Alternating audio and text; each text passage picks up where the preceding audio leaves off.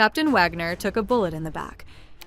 And then the show just stopped talking about it.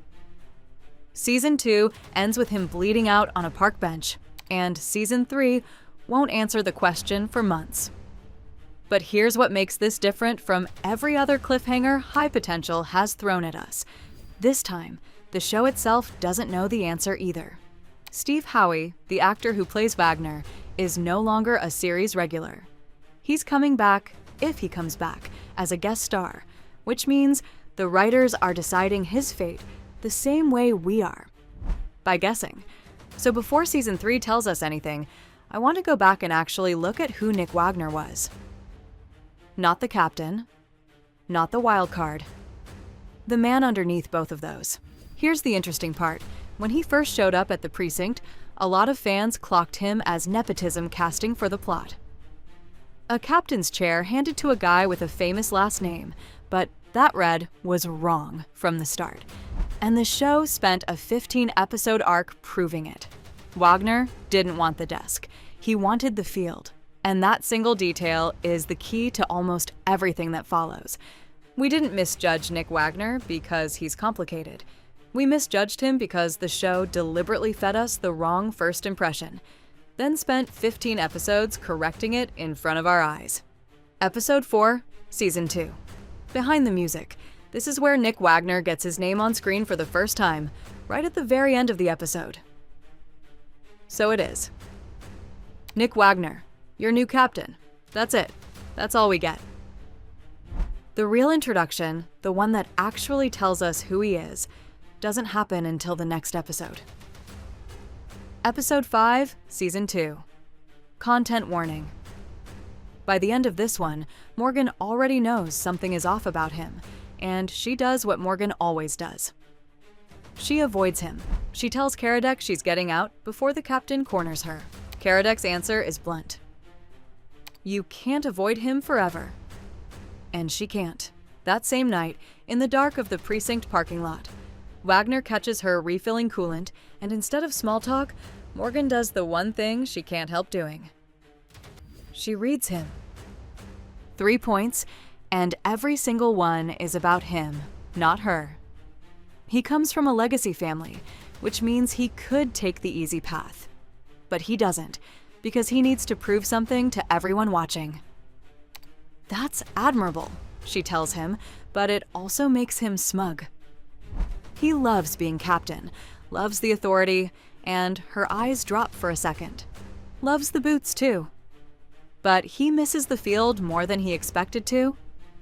And he keeps people guessing whether his interest in them is real or just a way to get something he wants. Wagner's response is 4 words. You got 2 out of 3. He never says which one she got wrong. He walks away, and Morgan is left holding a puzzle she can't put down.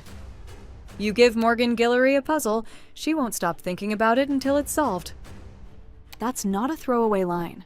That's the entire relationship, compressed into one sentence, one episode into knowing him. Episode 6, Season 2. Chasing Ghosts. This is where Wagner tells Morgan about Ingrid for the first time, and it's not just a punchline. While they're working a case, he reads her, calling out how tightly she's gripping a soda can, how she's avoiding eye contact, how the topic of marriage is clearly making her anxious. Morgan admits her brain has a way of making sure relationships don't last. Then, she turns the question back on him. He describes a 4-year relationship that's working out well, someone who understands him and who he mostly understands back. She's gorgeous, he says. Does she have a name? Ingrid. Turns out Ingrid is his dog, not a partner, and the reveal lands as a joke, but it's also the first time Wagner lets something soft slip through the cracks of the guarded captain persona. Ingrid seems like a real catch, Morgan tells him. Then Grounded happens, episode 10. And here's the part that gets misremembered most often. The common version says, Wagner broke internal affairs protocol to protect Morgan. That's not what happened. What actually happens is worse for him. and more interesting. Wagner keeps Morgan working an active case while she's supposed to be finishing mandatory training tied to an internal affairs investigation. That decision gets her fired. Solomon, the internal affairs investigator overseeing the case, doesn't hesitate. Wagner isn't the one who saves her here. He's the reason she needed saving in the first place. The person who actually fixes it is Soto. After Wagner's appeal to reverse the firing gets shot down, Soto catches up with Solomon in the hallway as he's leaving for the night and asks him, point blank, whether the chief knows just how close he's gotten with his wife. That's the whole confrontation. No dramatic office scene, just one line delivered in a hallway at the end of a shift, and it's enough. Wagner knew about her plan beforehand and approved of it, but he didn't lift a finger to execute it.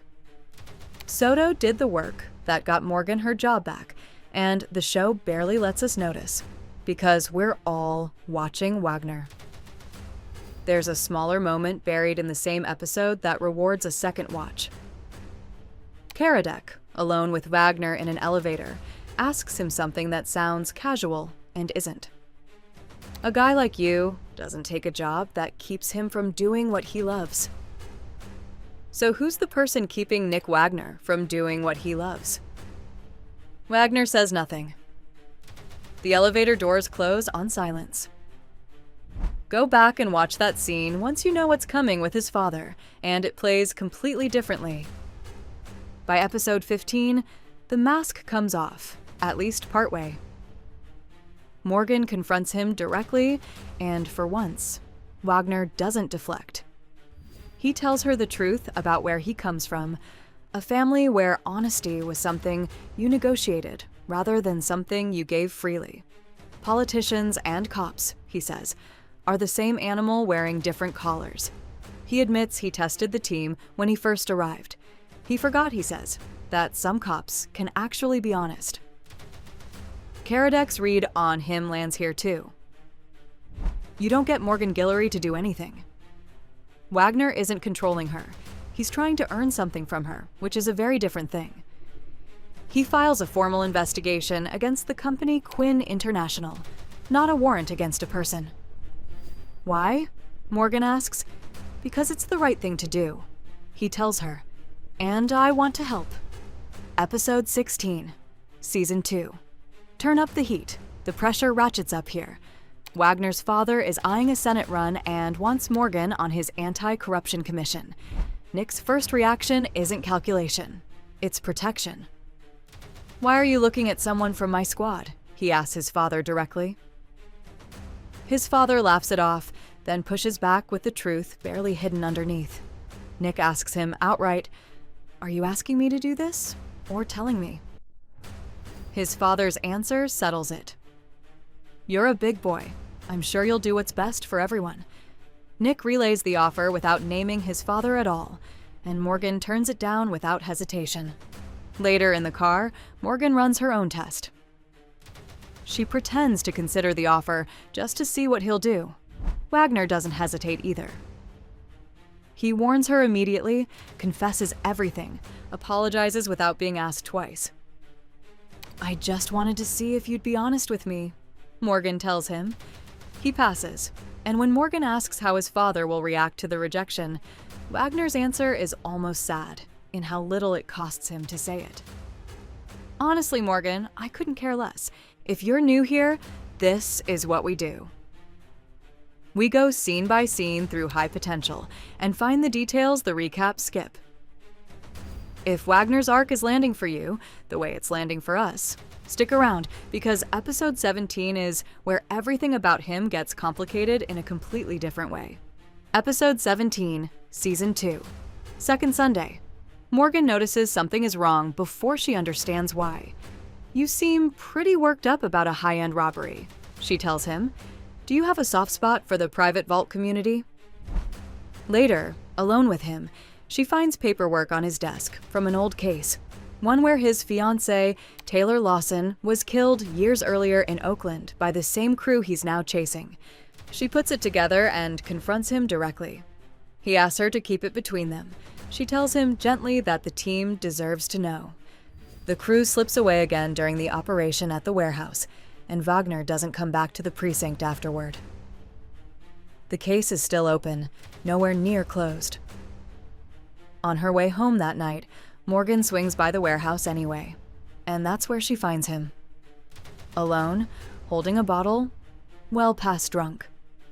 He isn't performing grief, he's actually drowning in it, maybe for the first time since Taylor died. She drives him home, gets him into bed. There's a moment between them that isn't quite anything yet, something unspoken even through the state he's in, and she lets it stay that way. The next day, the search moves into the tunnels. Karadec wants Morgan kept out of the chase entirely. Wagner overrules that instinct and lets her stay close behind them, because she's the one who can actually navigate the space. When the shooter turns his gun on her, Wagner fires first.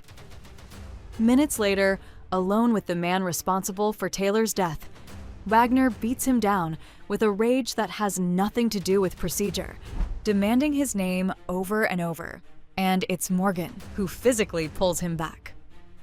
Back at the precinct, Morgan watches Lucia show up for Karadec, terrified he might have been hurt, relieved to find him standing. It's not a reconciliation, just fear giving way to relief. Morgan disappears into the bathroom afterward and cries for a moment alone. Then, in the elevator, Wagner kisses her, this time completely sober, and this time, she kisses him back. Surprised maybe, but not unwilling. Then she drives off to her own Mother's Day event, and the show lets that silence speak for itself. Family Tree, episode 18, closes the loop, and it closes it hard. The morning after, Morgan asks him directly if he's working with his father and Willa Quinn. He says no, absolutely not. "I believe you," she tells him. Then they circle back to the other thing hanging between them.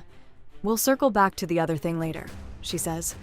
"I look forward to it," he answers, deliberately unresolved, not ignored. Later that day, Morgan is at her daughter Ava's first art showcase. Her phone buzzes. It's Wagner. His father gave him a name, an old FBI contact who was present when everything went down with Roman years ago. He's meeting the man tonight. Morgan wants to come. Wagner says no at first, then lets her talk him into it. "Come on," he tells her, "I need to talk to him." He gives her a time, 9:30, but the location itself didn't come from Wagner at all. It came from his father. In a text message the show actually shows us on screen. 9 p.m., Rancho Park, south of the pond. "He'll find you." 3 words at the end that do all the damage. Not an address. A promise that someone else already knows exactly where Nick will be. And here's what matters most, once you line up the times. His father tells him 9 p.m. Morgan is told 9:30. Wagner himself shows up at 8:55, 5 minutes ahead of his father's instruction and 35 minutes ahead of what he told Morgan. He gave himself a private window nobody else was supposed to know about. Not his father, not the contact waiting for him, and not Morgan. No explanation is ever given in the dialogue, just the fact of it sitting there for the audience to interpret. Morgan arrives exactly on time. 9:30. She finds Wagner already on the park bench, shot in the back, and she's the one who calls for help. That's where Season 2 leaves him. Not dead, not cleared, just bleeding out on a bench with more questions attached to his name than answers. So here's where we land, now that Steve Howey's status has thrown the entire character into limbo for Season 3. Reader polls on Wagner versus Karadec chemistry aren't landing cleanly in Karadec's favor the way you might expect. A lot of votes are still going to Wagner. The fandom on Reddit looks just as split. And maybe that's the whole point of how this character was written. We didn't misjudge Nick Wagner in Season 2. We just hadn't gotten to know him properly yet, not until the show slowly let us. If Wagner doesn't come back, that elevator scene becomes the last real moment he ever gets with her. If he does, we still don't know what his father actually knew, or who was waiting for him at that bench. Tell us where you land. Wagner or Karadec, and why. And if you want the deep dive on exactly what the writers planted in that Rancho Park sequence, frame by frame, that's coming next.